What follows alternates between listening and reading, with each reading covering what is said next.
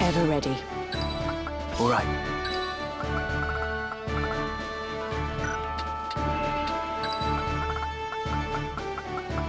You have my strength.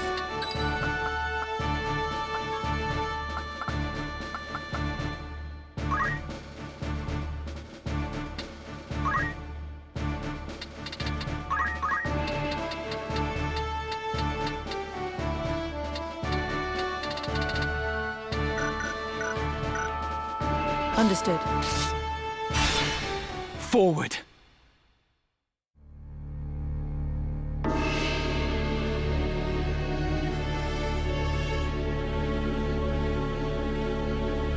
I see Gafgarian's sword was no match for his words. Then again, perhaps the fault lies with his adversary.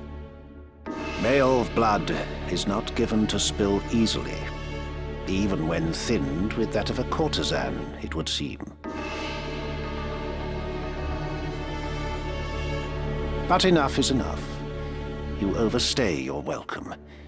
As I am loath to waste time and effort, I shall make you an offer. Leave the Aura site, and then leave Lionel. Refuse, and you will find my hospitality wanting. Where is Lady Ivalice? You mean to free her? What then? House Beowulf would see her dead. That is why you defied your kin, thereby marking yourself an outcast, and came to me, seeking the Church's aid. By taking the princess into my care, I merely granted you your wish. What would you have of me now? Answer me! Where is Lady Ivalice? Bound for Zeltenia. Her Highness has chosen to accept our hand in aid over yours. You lie! I'll not be deceived. Her Highness undertakes to claim the throne of her own volition. She spreads her wings. Even so, she will need a steady hand to guide her, and yours falters. Who better then than us to stand at her side? She saw this. Why not you? There's no reason you should not join us as well. The thought of besting your brothers holds no allure. We care no less for this world's fate than you. Together, we can change Ivalice for the better. I have no wish to change the world. But nor can I stand by while our people suffer and die on the whim of some select few. Do you truly believe you can change it? Not even I am so naive as that. Nescient humility from one possessed of such an artifact. That stone you hold can twist the very weave of nature, to say nothing of the world. Yet I fear my efforts are wasted on you. Though artful are the words of man, conviction they do lack. You place your faith in the unseen, upholding such a sacred truth. Ignorance begets ignorance as the blind lead the blind, and I despair to see it. I despair of mankind. Very well. I will demonstrate the stone's power. The power of God's true!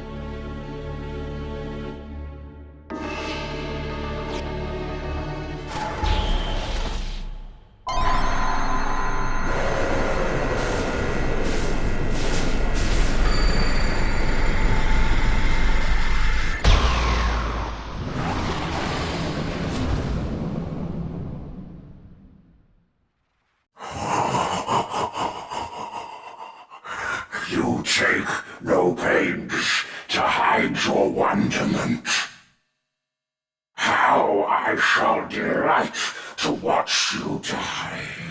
Each excruciation, ecstasy.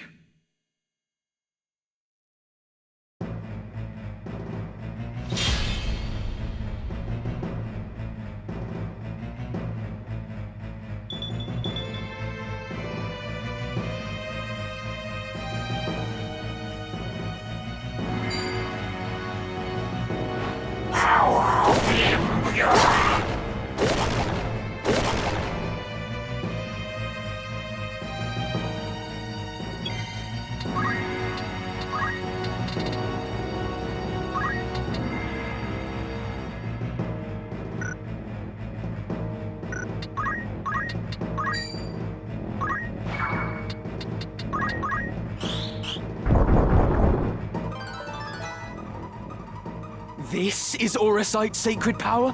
How can power so vile banish villainy? Surely this is naught but evil itself.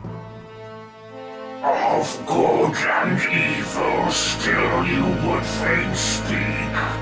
Beneath concern such empty notions fall. Although no more ought I expect of you. Afore the ocean of Lucavi power, the minds of men are naught but trickling streams. The power of the Lucavi? What are you? What have you done with the Cardinal?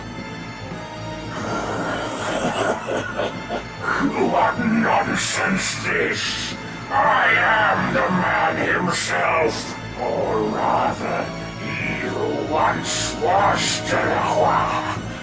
The Oracite, the stone, such powers grant to rise above the feebleness of man. Creation's laws restrain and rule me not. Astride your moral order do I stand. I am a god become.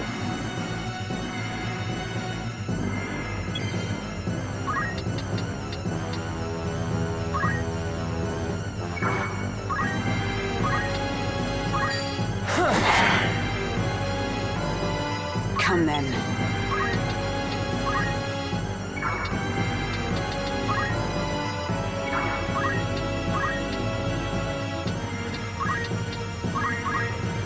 You.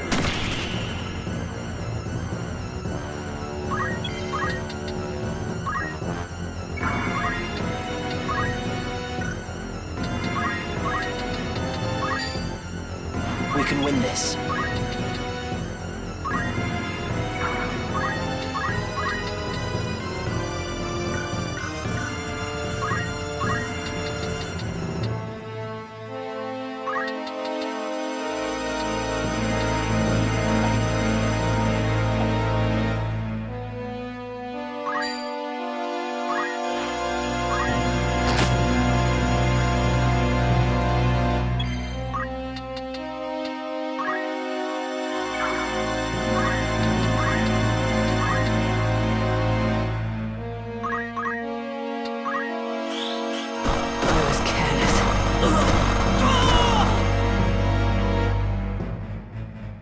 Lucavi. If memory serves, the word is ancient Ivalician for transcendent one. But can it be possible? Can he truly have transcended mortality? A god I am. No simpler terms there are. No divinity would assume a form so foul. You are no being of immaculate light. The Heavenly Father, maker of our world. I am not he, in that you are correct. Have you belief in being so divine? Possessed of boundless power and knowledge both? I fear to say that such do not exist. Though utter this a cardinal or not. Then you have deceived the people, and admit as much. I freely do, without reserve or shame. Though for the Church I cannot claim to speak. The truth, to me, this power revealed. Mere fantasy, the Father. Words in ink and air. You call yourself a god, but I see only an abomination. Your power is that of demons. Divine this power, the legends would attest. Yet such distinctions matter not to me, for I no longer walk the mortal plane. That a hero of the 50 Years' War should abandon his faith and become a monster. Feel you no shame? Nay, for faith in fiction is as faith in naught. The joyous day, the power roused within, to me was shown divinity's true form. My fervent most desire was then fulfilled by the one God to whom I bend the knee. This self-same God abjurer surely sought, yet with their selfish ends to satisfy, the truth did his disciples warp and twist. A cruel and ugly truth that I embraced. Are there more of you? Other Lucavi? What need have you to know? Who here will die, a maggot crushed and broken underfoot?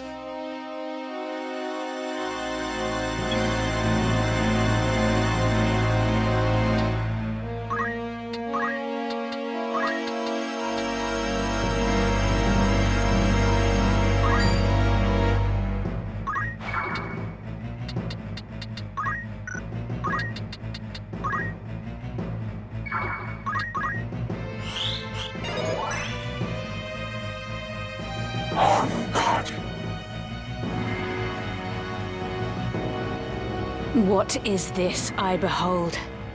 Against what do I fight?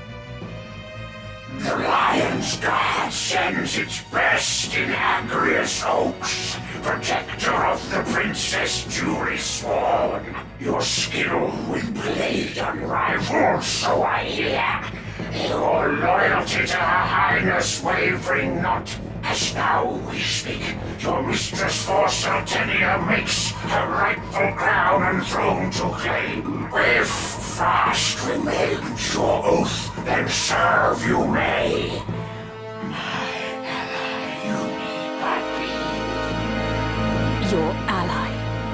Wherefore would I choose to join hands with a grotesque abomination such as you?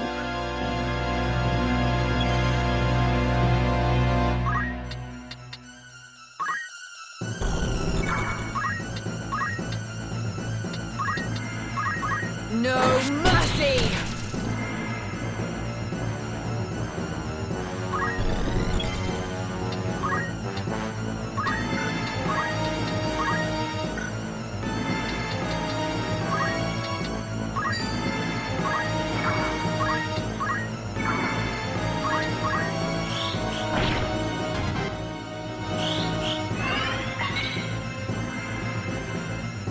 Mock you words are from you, a woman.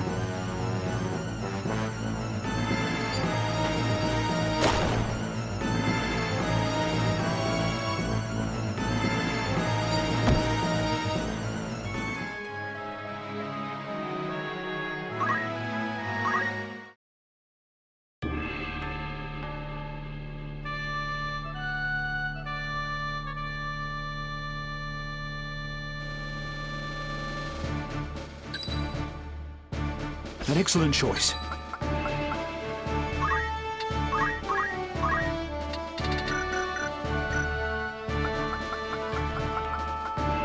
All right. Very well.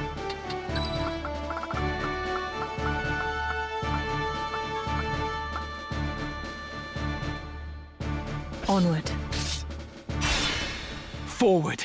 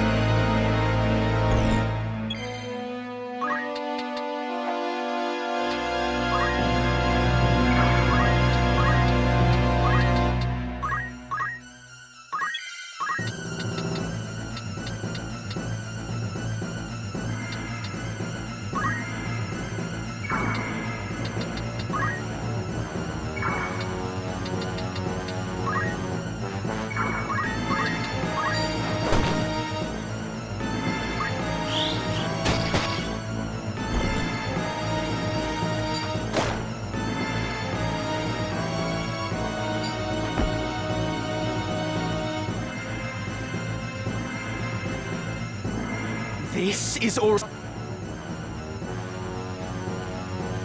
Lucavi.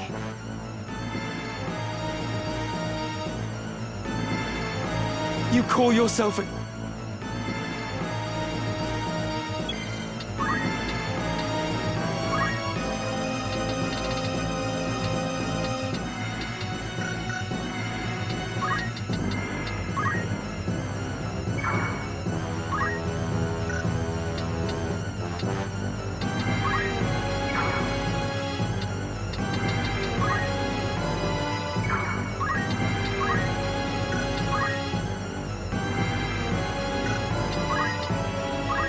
It isn't...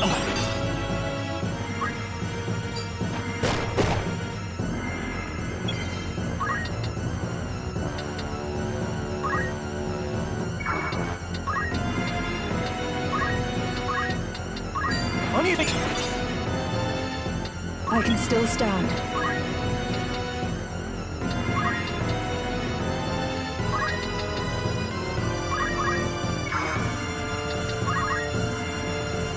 What is this?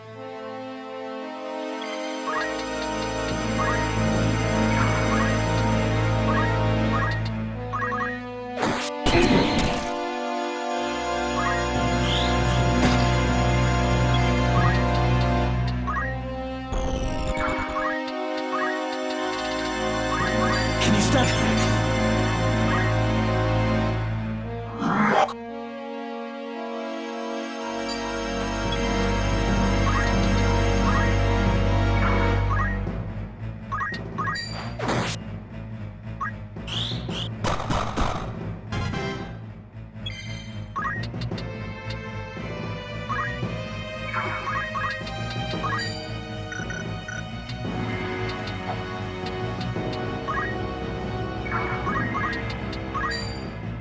You had this coming! Defeat can it be?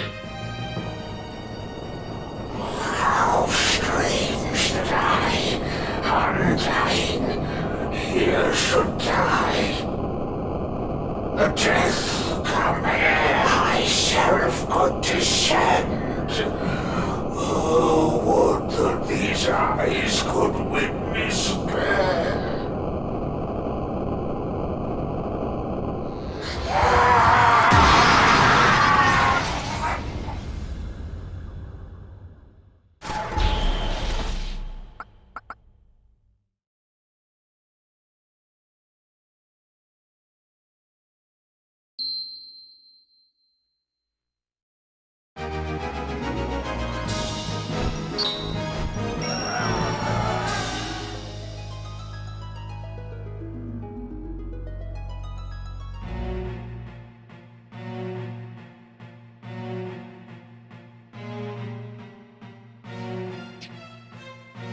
My advisors tell me you are the one who rescued Princess Ivalice.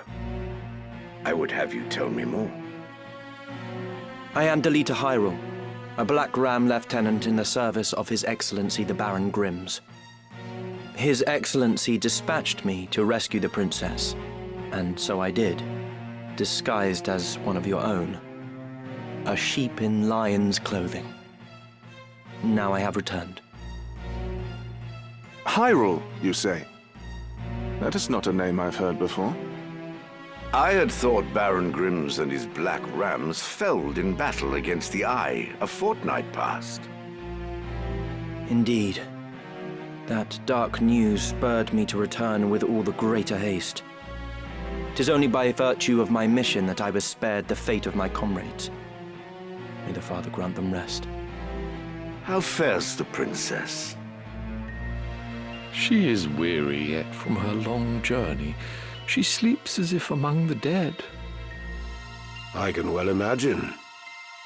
Now, is it true you brought a prisoner? It is. The man is privy to the conspiracy, and I would have him lay it bare to your grace. Bring the prisoner forth.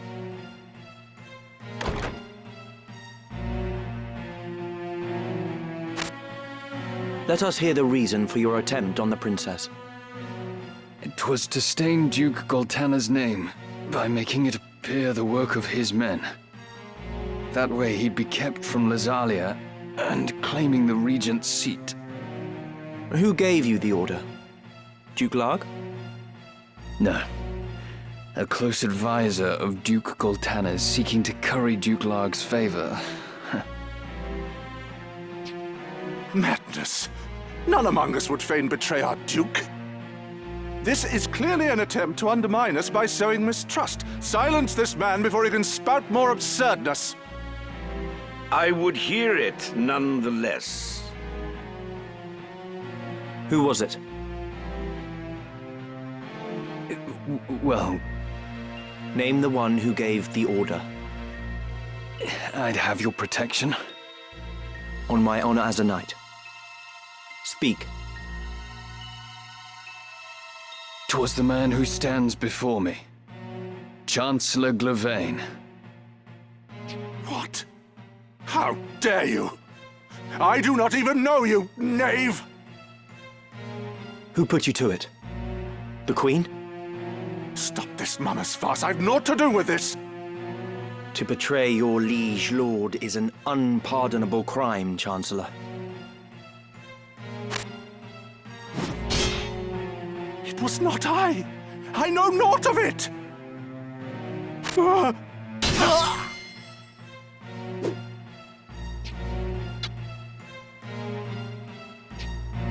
Forgive me if I presume overmuch, Your Grace, but now is not the time for bandied words. The Order of the Southern Sky must march on Lazalia at once, and you with it. Give your enemies but a moment to collect themselves, and they will pin the Chancellor's sedition on his lord. Your Grace must strike before they are given the chance. Deny the prince's claim and set the princess on the throne.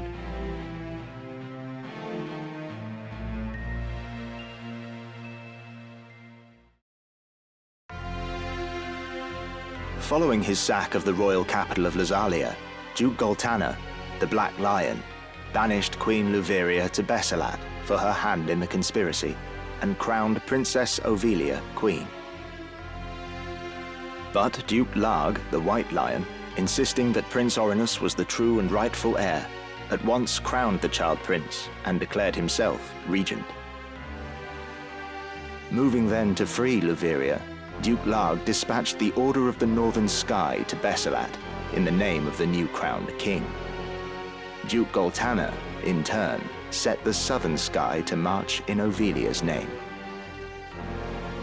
The curtain had risen on what history would one day record as the War of the Lions.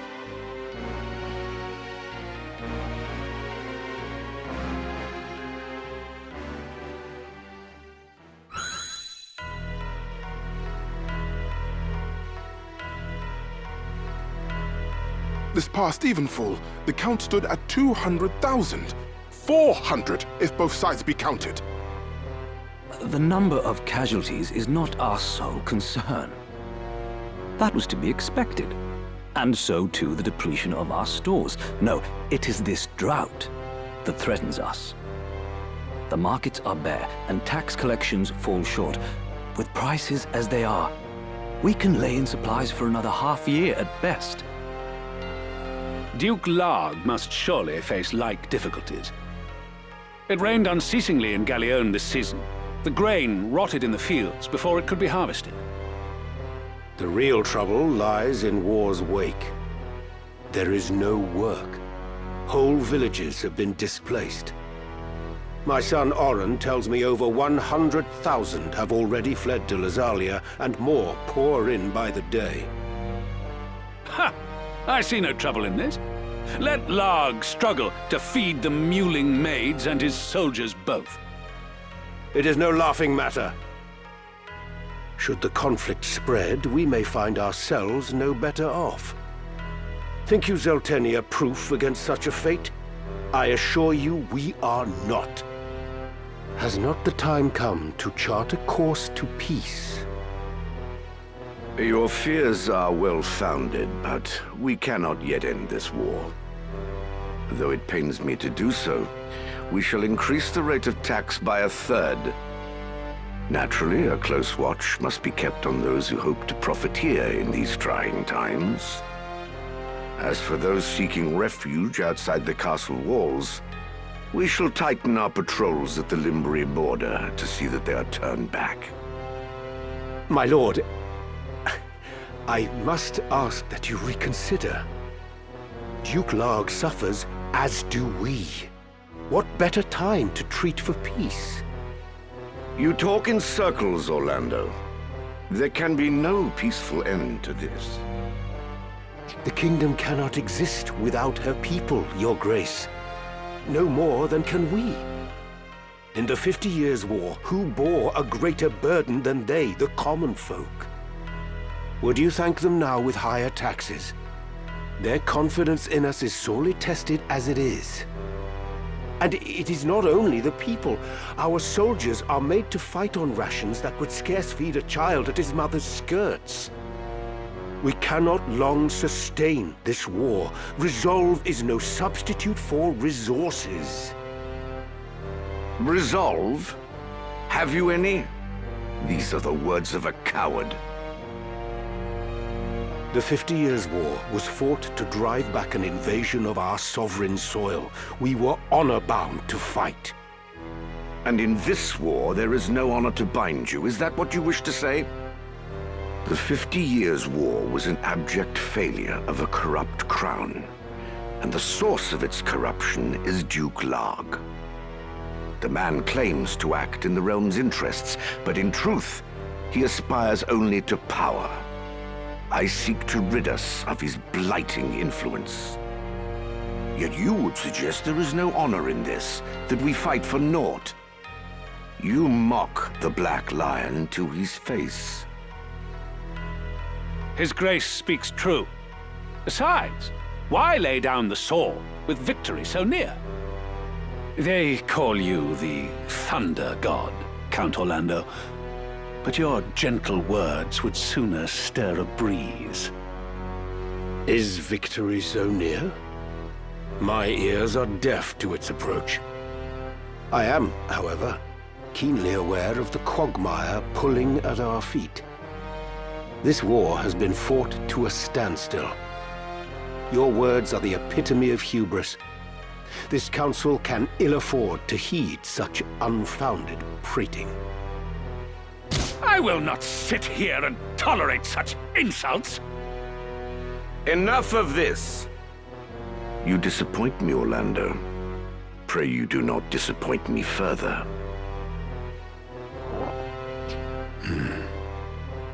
I will say this but once. Any man who cares not for the course I've chosen had best remove himself now. I will brook no further doubt, Orlando.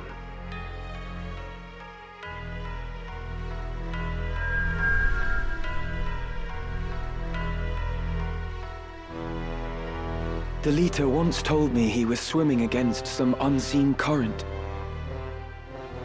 If this current rushed towards war, and the world with it, what hope did I have to fight it? I made for Lazalia to tell Zalbarg that someone dictated this war from the shadows, and to test my own legs against the current.